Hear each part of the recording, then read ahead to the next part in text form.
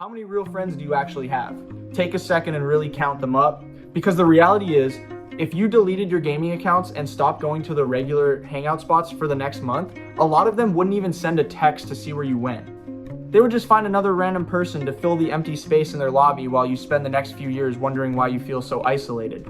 You think you have this deep bond, but a lot of the time, you're just keeping each other company because you're all afraid of being bored and alone with your own thoughts.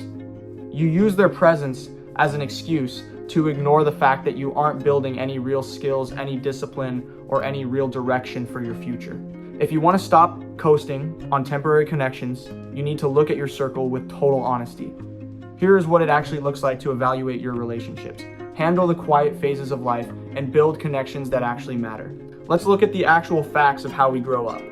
If you asked me a few years ago if I had friends, I would have told you, yeah, definitely, I have tons of them. But if you ask me that exact same question right now, sitting in my room, I don't really have a clear answer for you. As I've gotten a little bit older, and as I've been put into some real situations, I started looking at the people around me and realizing something uncomfortable. How many of the people I call my friends are actually just people I happen to share a classroom with? How many of them are just convenient neighbors? Think about it logically. Ask yourself right now, how many of your closest friends from middle school do you actually still talk to today? The ones who ended up going to a different high school or moved a few blocks away, the very second the shared school building disappeared, the friendship completely evaporated. You realize after the fact that you didn't actually share a deep personal bond, you just shared a daily routine. And the exact same thing is gonna happen to your current squad the literal second you graduate and walk out those school doors for the last time. Look at the people you do call your friends right now. How many of them can you actually tell your biggest goals, your true ambitions, or the things you are secretly struggling with at night without feeling a massive wave of anxiety? For most guys, you can't. The moment the conversation shifts away from video games, sports, or short-form video trends, the room goes completely quiet. You don't share dreams, you don't share ambitions, and you don't share deep interests. It feels like you live on a completely different planet from the rest of them. You know what it's like to sit at a lunch table or log into a voice call and realize that if you keep running with these exact same people, you are going to stay stuck in the exact same spot, doing the same useless things forever. We all grow up loving the idea of the perfect best friend, the ride or die brother, the person you can call at 3 a.m. in the middle of the night when your world is crashing down and, without a single doubt that they will pick up the phone and help you out. I always wanted to find that person. I wanted that kind of loyalty in my life. But so far on my journey, I haven't found it. But let's pause for a second and look in the mirror. Why do I expect someone to be that incredibly loyal, supportive friend for me when I am not even being that kind of friend for anyone else? It's kind of selfish when you really think about it. We sit around complaining that the world is lonely and that nobody supports our projects, but the only way to get a real connection is to actually put that energy out there first. And if I am being completely honest and admitting it, I haven't been that great of a friend myself either. I don't make the effort to ask my friends those deep, heavy questions about how they are actually doing. And even worse, when my friends actually succeed or hit a major win, I sometimes feel a small wave of envy. It stings a little bit because their success instantly highlights my own lack of progress. And that is the exact cycle that keeps so many friend groups completely stagnant. When you sit in a dark room lagging behind together, playing video games until 4 a.m., everyone feels equal. Everyone is avoiding their responsibilities together, so nobody has to feel guilty about wasting time. But the second one of your friends stands up and actually achieves something, it forces you to look at your own wasted potential.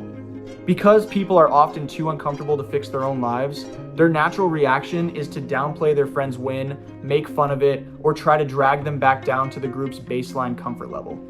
A surface level friendship is based entirely on consumption. You only hang out when it's time to eat junk food, waste hours on video games, or mindlessly scroll through social media together.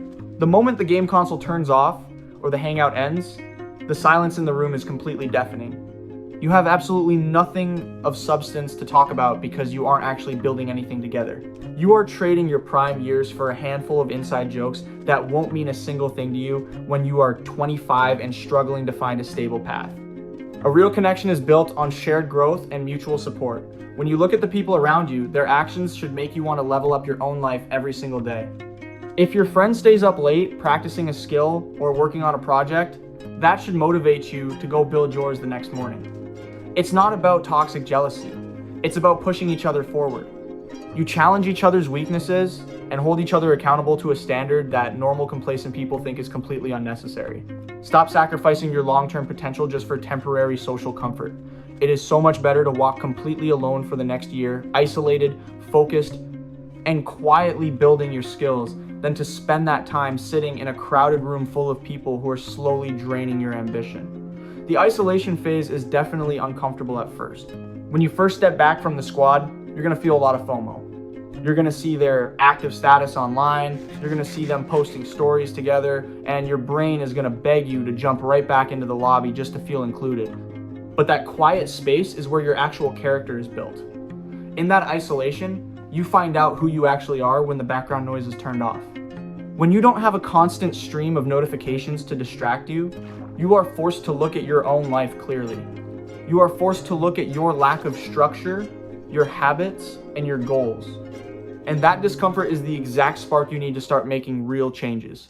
Use that quiet energy to lock in on your craft, spend those hours reading, learning how to build things, or improving your fitness. The safety net of being young doesn't last forever. When you're older, struggling to get your foot in the door of a career, and trying to handle real responsibilities, none of your casual gaming buddies are gonna pay your bills or fix your life for you. Your environment heavily dictates your mindset and your future. If the people around you never talk about improvement, hard work, or personal goals, it's okay to quietly step away. You don't need to make a dramatic scene, start an argument, or give an edgy speech about how you're changing your life. Just silently drift away, reply less often, spend less time in the group chats, focus entirely on your own metrics, but more importantly, change how you operate as an individual. Stop being passive. If you want that dependable ride or die friend, start acting like one. Ask the meaningful questions. Truly support the successes of the people around you, handle your own internal envy, and become a person who actually brings value to the table. If they are true friends, they will notice your growth, respect your dedication, and look at themselves and realize they need to step up too. Find the real ones who match your focus, or have the maturity to stand entirely on your own until you do. Time is moving fast. Take a look at your circle, turn off the distractions, and go focus on your real life. I'll see you at the top.